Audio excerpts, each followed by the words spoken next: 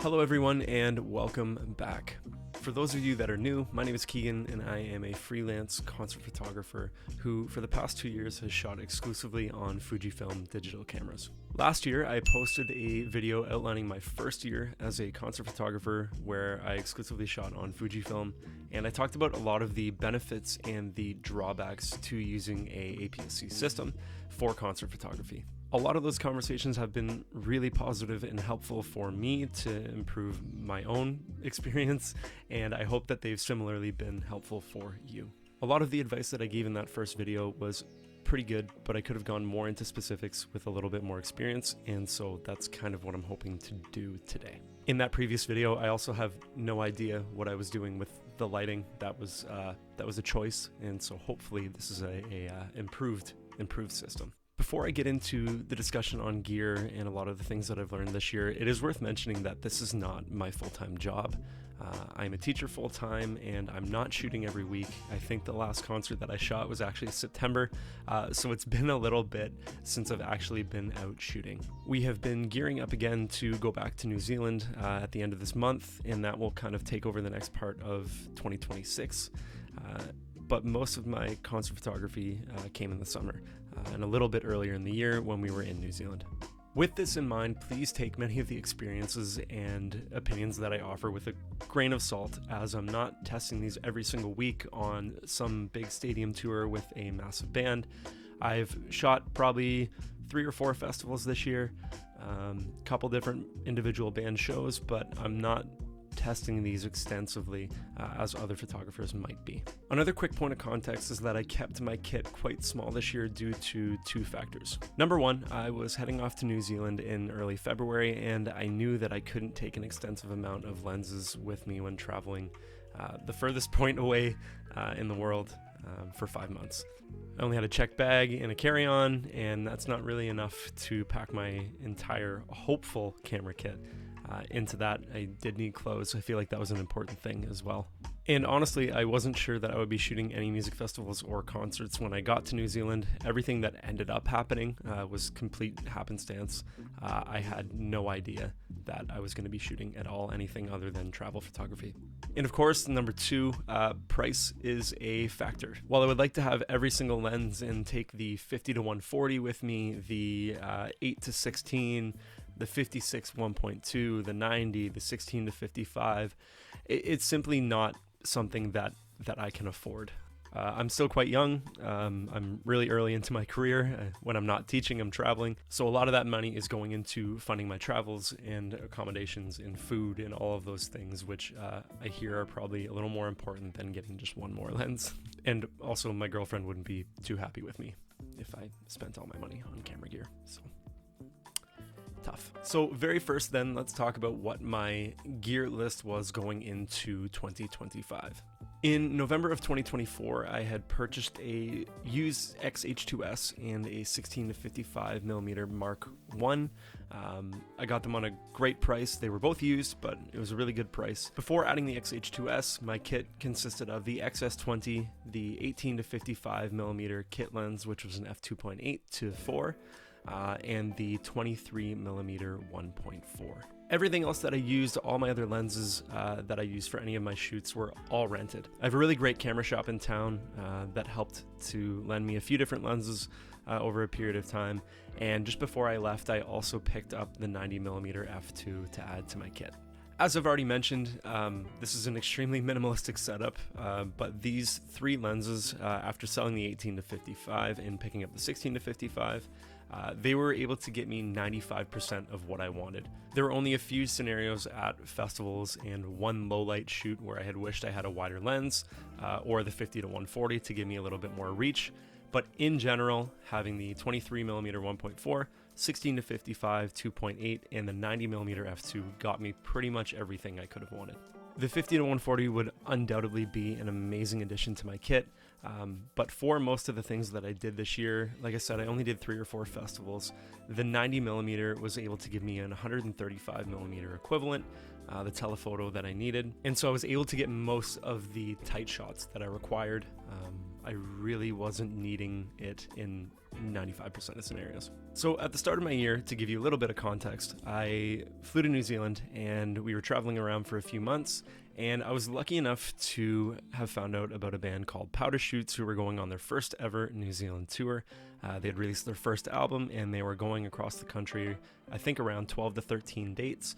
They were hitting the road, and I thought, what a great opportunity to maybe build the portfolio and hopefully offer them some valuable content with regards to photography and videography.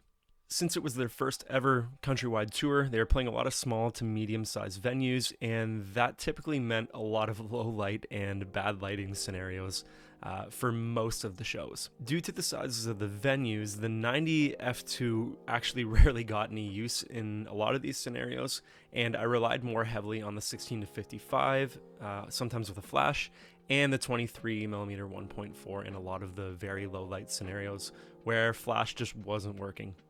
Being in small venues with limited lighting, I discovered that flash was my best friend pretty early on to add a little bit of motion and color into some venues that were maybe a little bit colorless or had backdrops that maybe weren't necessarily the best for translating to good photos. Due to the proximity to the stage, I was typically using my 16 to 55 on my X-H2s as my A camera, doing most of my photo work, and my B camera was my XS20, typically with the 23mm 1.4, recording some video and some B-roll. The one thing that I would have liked in these scenarios is to have a fisheye lens to capture some more of the, punk or metal vibes, which is kind of more of their genre.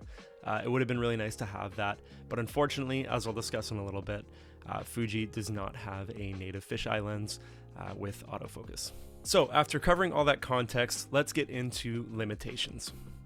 It is worth mentioning with the Fujifilm X system that without having a speed booster or an adapter to another system, your options for wide angle fast aperture are extremely limited. I've not yet used the Metabones or Fringer adapters or anything of that sort, just because investing that money into the adapters and into the lenses of another system is a couple extra bucks that I don't necessarily have, and reported issues with some of these adapters with regards to autofocus is something that I'm a little bit weary to take the risk on. While something like the Canon 8 to 15mm fisheye lens, I think it's an f4, is interesting to me, I'm simply not willing to take the risk on anything to do with autofocus and compatibility with the cameras, and also accentuated by the fact that Fujifilm autofocus is already not really that great. This camera system has given me a lot of trust issues, which we'll get to later. While Fujifilm does have a native 8mm 3.5 lens, it is not a fisheye lens, which is something that I think is really important for the kind of look in the shots that I'm trying to go for. So it's a little bit disappointing in that way. It still might be on the list of things for me to try out next year, but the jury's still out. One possible solution, as I've already mentioned earlier in this video, is the Fujifilm 8 to 16mm f2.8, which is definitely usable, and usable especially with a flash. Even without the flash, crank the ISO up and who knows what you could get. It's still a decently fast aperture, but it comes at a cost. I think it's about 2,100 Canadian, so about 1,600 US, give or take. And it is hefty. It is a very big lens. I think it's one of the biggest Fujifilm lenses without being a telephoto. So it's something that's a lot harder to transport and carry around. With that said, image quality is fantastic, and it's basically like a prime packed into a small zoom. So it might be something that I'm going to look into for 2026 as well. But again, focusing on fisheyes and limitations, I think that options of available lenses is certainly something to consider with Fujifilm, and recognizing that you maybe won't have the flexibility that you might have with other systems. Quick anecdote here, one of my favorite things that came out of this year for concert photography and videography was the Oasis tour coverage, and there's a guy called Daniel Broadley on Instagram. His work is fantastic, and he was using a 80.5mm f1.9 Petzval lens, which is only released, I think, for Nikon, Sony, and Canon. He had an adapter for it, and everything he filmed up until I think their Japan dates was on the X-H2s. Something like that is incredibly intriguing to me, and then the downside just comes with buying the adapter. It might have to be something that I do eventually just to increase my options, but in terms of staying within the Fujifilm ecosystem, options are limited for lenses. Okay, I've been ranting about limitations and context for a little bit, so let's get into autofocus, which is the most fun topic of all when it comes to Fujifilm. As I mentioned last year, Fujifilm's autofocus is a factor when it comes to concert photography, and the fact that it struggles significantly is something to keep in mind. When you have options for brands like Sony and Canon that operate extremely well with their autofocus, especially in low light situations, it does make it very difficult to justify a system that still has not figured it out.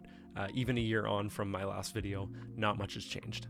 Since last year, for the X-H2s, version 7.1 and 7.2 have both been released as software updates for the X-H2s.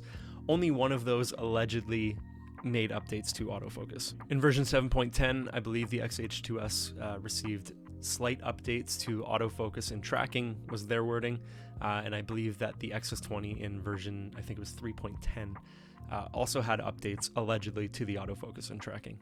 While Fujifilm did say that there were alleged improvements, based on real-world testing, I didn't really notice anything improve from last year.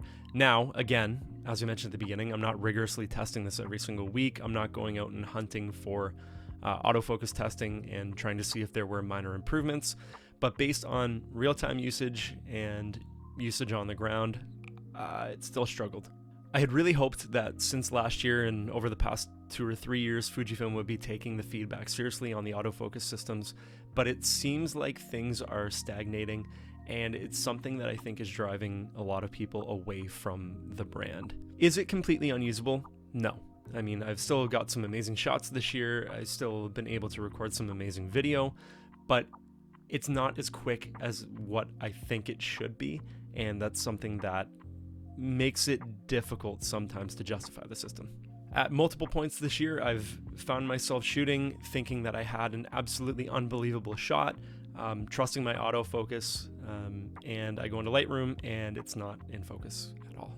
Now, this might be what the kids call a skill issue, but I've learned over the past year to be able to adapt to how Fuji's autofocus operates, and I'm consistently holding my finger on the shutter, half pressing to refocus all the time, making sure that I'm as quick as possible to refocus all of my shots, and I've gotten quite good at it. With that said, still having issues. I still predominantly use single point autofocus because I think it's the most accurate. I think that continuous autofocus for concert photography on the Fujifilm system is still not reliable enough. I would trust myself and refocusing a shot over trusting continuous autofocus to figure out what subject I'm actually trying to focus on. Fujifilm's continuous autofocus is just consistently unreliable and can never figure out what subject is the one that I actually want to focus on when multiple subjects are in the frame, which for concert photography is a problem. The part of my experience that's been most frustrating, though, with regards to the autofocus is with video. I think with photography, you can at least recover some of the shots, but with video, if you're focus hunting in low light scenarios and the camera can't figure it out with regards to close focus distance or just being in a low light scenario and a fast aperture, it makes it incredibly difficult. Is the autofocus unusable? No. It can still operate, but when you're in scenarios where you can't miss a shot, it's still to the point where I can't rely on the cameras to get the job done, which is frustrating. Two topics that I touched on last year were with regards to burst speeds and overheating, and I think I ran into a few problems last year. This year, I can count the amount of times that happened on one hand, and it's 2. And they were in situations where I was recording video for longer than 20 minutes. Not great, obviously, but taking a break between takes is fine. They were interview scenarios, so it was okay that I was cutting a little bit, giving the camera a little bit of room to breathe. Burst speeds did present some issue when using manual shutter with the X-H2s, which I believe caps out at 15 frames per second on the high burst. The camera did have some issues processing the images after about 60 to 70 images of a 15 frames per second burst. Using a CF Express card as well, which is important to mention, but that's not anything to be too shocked by. I think if you're pumping out like 100 images in a couple of seconds, it's a fair expectation that the camera will struggle a little bit. Usually though, it will take a few minutes for the camera to be functional again. It takes a long time for it to process these images, and that can be a bit of a problem when you're trying to get all of your different shots when you're in the pit, for example, at a show. It does make it really, really difficult because sometimes I'd even need to power the camera down and power it back on just to get it working again, which is not ideal. I wouldn't say that this is too much of an issue though. I think that bursts are very much a specific thing to use, and you're not using it the entire show, I hope, or else you're walking away with like 3,000 images, which is not unheard of. Film simulations, color profiles, and some thoughts on professionalism. In last year's video, I started discussing Fujifilm and its comparison to other camera brands, and I think that's where I want to kind of steer the middle to the end of this video towards. Me from 1 year ago said the following: Fujifilm inherently has more character than other systems, where Sony and Canon cameras that I have used feel more like professional tools than they do creative tools. Over the past few years, I have had some really nice and positive comments from other photographers who comment on how nice the Fuji colors are and the sharpness of the photos, despite it being an APS-C system. While the system does have flaws with regards to autofocus and low light capabilities, these are two areas that I am actually quite happy with. When I've used other brands, other people's cameras, I don't find that the colors are as nice to work with comparatively with Fuji. I think that one benefit for concert photographers specifically using this system is the ability to adapt color profiles from the film simulations and replicate them in Lightroom. For myself, I use classic negative and classic chrome as the base profile for 99% of my shots inside of Lightroom. While they aren't perfect replications of what you find inside the camera body, they are pretty close, and they're a great base for which to start your photos. Typically, this means increasing color saturation for classic chrome, which typically mutes the colors a little bit more, and going into classic negative and reducing the greens and the shadows, which is something that is pretty usual for that film simulation. These profiles have been instrumental in me helping to obtain some semblance of what I would consider my style, but I do also rely on them quite a bit, so it's definitely a double-edged sword in that way. I enjoy photos with a lot of contrast, sharpness, and bright colors, and I think that these simulations help me to achieve that.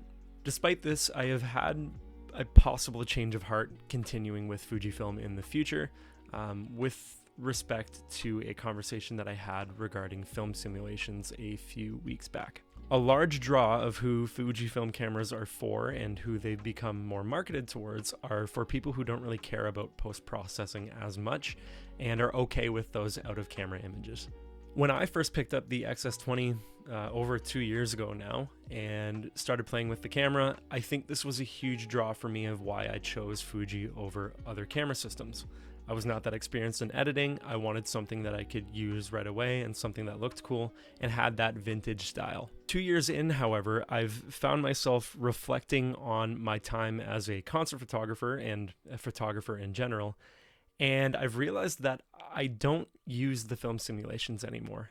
In terms of straight out of camera JPEGs, it's not something that I've done. Probably in the past year, I've maybe done it one time. When I shoot, and I think when all photographers shoot concerts, I shoot in both RAW and JPEG. I have the RAWs as my file that I'm going to use 99% of the time, but the JPEGs are there if for some reason I need something that I can just throw up right away and I don't want any editing and I just want it posted and I want it out there. As I mentioned last year, shooting JPEG is simply not a good option for concert photographers in any situation. There are countless images this year, and maybe I'll put one or two of them up on screen that I thought were throwaways when I first looked at them.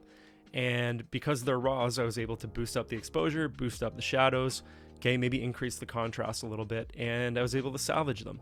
You don't have that same ability with JPEGs. But shooting RAW, you need the ability to adjust your light, you need the ability to adjust your color, or else your images will just be flat.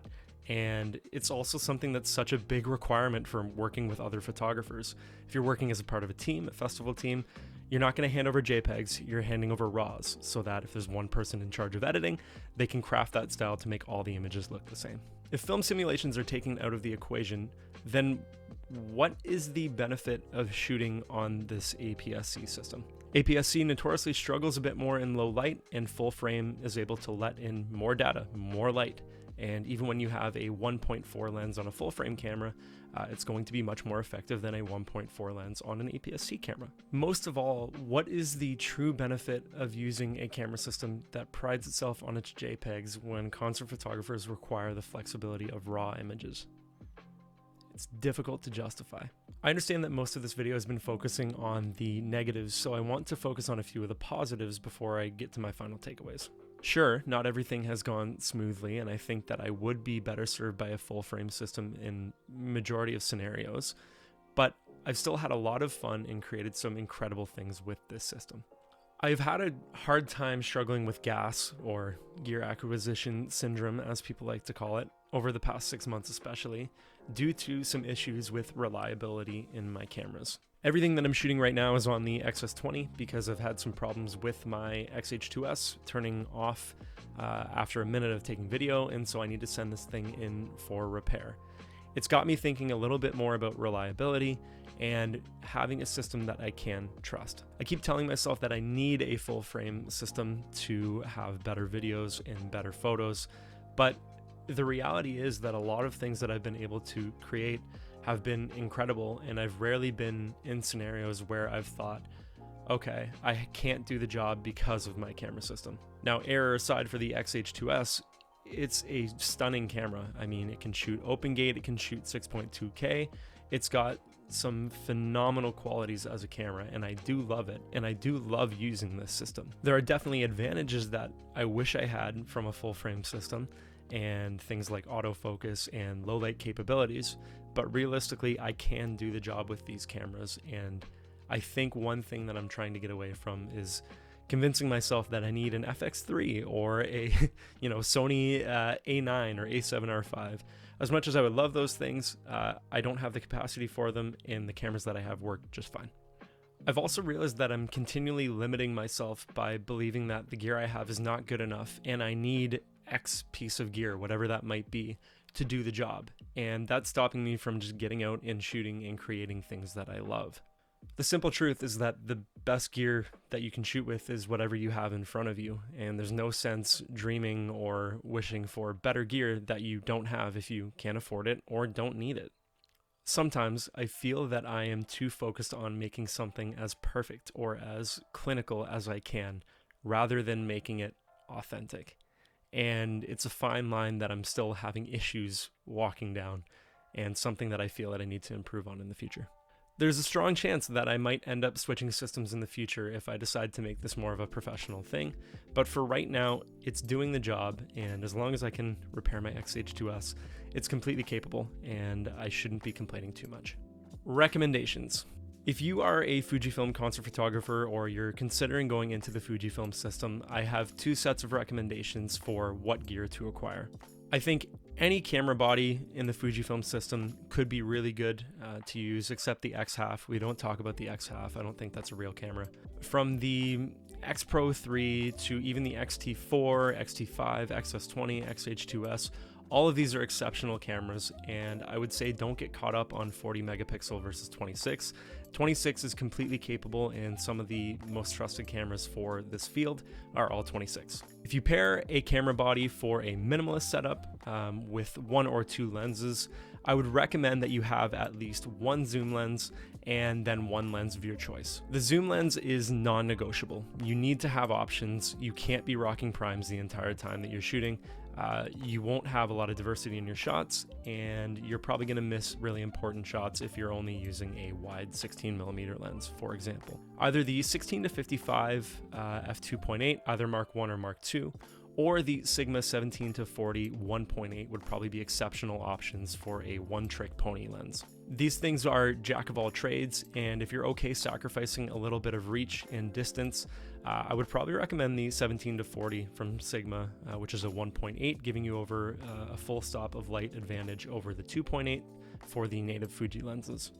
It's also important to recognize that even if you're in low light scenarios, you can always supplement with a flash. One camera body, one lens, and a flash. Just make sure you're checking with the artist and you're checking with the venue to make sure that flash is okay before the show starts. For a second lens, if you just wanted to roll a 2-lens setup, I would almost definitely recommend the 90mm f2. It's a telephoto prime lens with an 135mm equivalent. If you want tight portrait shots, you want detail shots, I will swear by this lens forever. I think it is incredible, and it's the best lens that Fujifilm has made, in my opinion. After this, anything is a bonus. And if you wanted to add a low light wide lens, you could go with something like the 16mm 1.4 or the 18mm 1.4, both exceptional lenses, and will both get you the low light capabilities that you'd be looking for. It's important for these versions that you get the new ones, which would be the linear motor LM and the weather resistance, the WR. They're exceptional lenses. They go for about $1,100 Canadian, which I think would be about $850 or $900 US. You will have some overlap with your 16-55 or 17-40 in terms of your focal length, but having those extra stops of light are phenomenal, and the primes are just, they're so crisp and they're so good looking. If you wanted a little bit more reach, the 33mm 1.4 or the 23mm 1.4 like I have are also incredible lenses and would serve you very well in most situations. If cost is of no real concern and you can dump a few grand into this system, here's what I would pick. For wide lenses, I would choose one of either the 8-16mm f2.8 or the 16mm 1.4. This would help you to capture all of the wide angle moments during a show. If you're nice and up close to the stage, you can get some really creative and interesting shots, and also some great crowd shots, even if you're behind the drum kit and you're taking a photo of the band and the entire crowd. That'd be a great option for you. I would then combine this with one of either the 16-55 Mark II from Fuji or the Sigma 17-40, the 1.8. Both incredible lenses. Having a zoom lens, like I mentioned, is vital, and it's a non-negotiable. For the last two, I would definitely include the 56mm 1.2, the weather-resistant one as well. I used this a few times, not this year, but the year prior, and just some of the sharpest photos I've ever seen. Again, a little bit of overlap with your 16-55, but if you're okay with that, it's a great option. And then very last, I would do the 90mm f2, which will get you most of the shots you need in 95% of scenarios, unless you're working a music festival or a stadium or something of that capacity. After this, the 50-140 is definitely a bonus, but I think if you've got your 55 or 56mm covered, you've got your 90mm covered, then everything from the 90 to 140 range is kind of just a bonus. And like I mentioned, you're not going to need those in low light scenarios or in tiny venues. It would be kind of wild to be in a small venue rocking a 70 to 200mm equivalent. You probably just won't need it. Ultimately, however, the most important thing is that you are just out there shooting. For the first 8 months that I had my XS20, I was relying solely on the 18-55, which was an f2.8 to 4. So at 55mm, we were rocking an f4, which in low light is very tough. And I was still able to get some good shots, obviously supplemented by other lenses being rented, but you can definitely still make it work. So just use whatever gear you have, be out there, you can get good shots. In conclusion, the reality is that I'm probably going to stick with this system at least for the next couple months, possibly up to a year. As long as I can get my camera fixed, then everything's going to be fine. But it's extremely capable. I love the look. I love everything that I've been able to do with it. And most of all, I'm comfortable with it. Leaving for New Zealand again, if I switch a camera system 2 weeks before going, there's going to be a lot of troubleshooting, a lot of things to figure out. Whereas right now I can pick these cameras up and without looking, basically, I'm able to operate them and do everything that I need. I love the X-H2s. I think it's a great camera. The XS20 is so much packed into a small package, and I'm probably not switching in the near future. These are great cameras, and with a few fixes, a few improvements from Fujifilm's side, I think that they could be incredible. Thank you so much for tuning in. I really appreciate it. I'm recording this on a very dreary Saturday morning.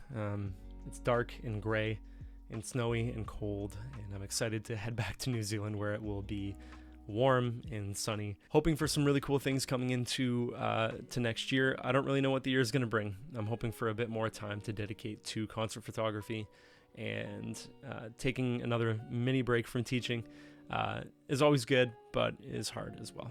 Anyways, I think that's it for this one, unless I've missed something, which I will add in at the end. Thank you very much for watching. Leave a comment. Let me know if there's anything that you've found effective for your camera systems this year. and how you feel about your Fujifilm rigs. Take care. I have to go watch Max Verstappen win a world championship again, hopefully.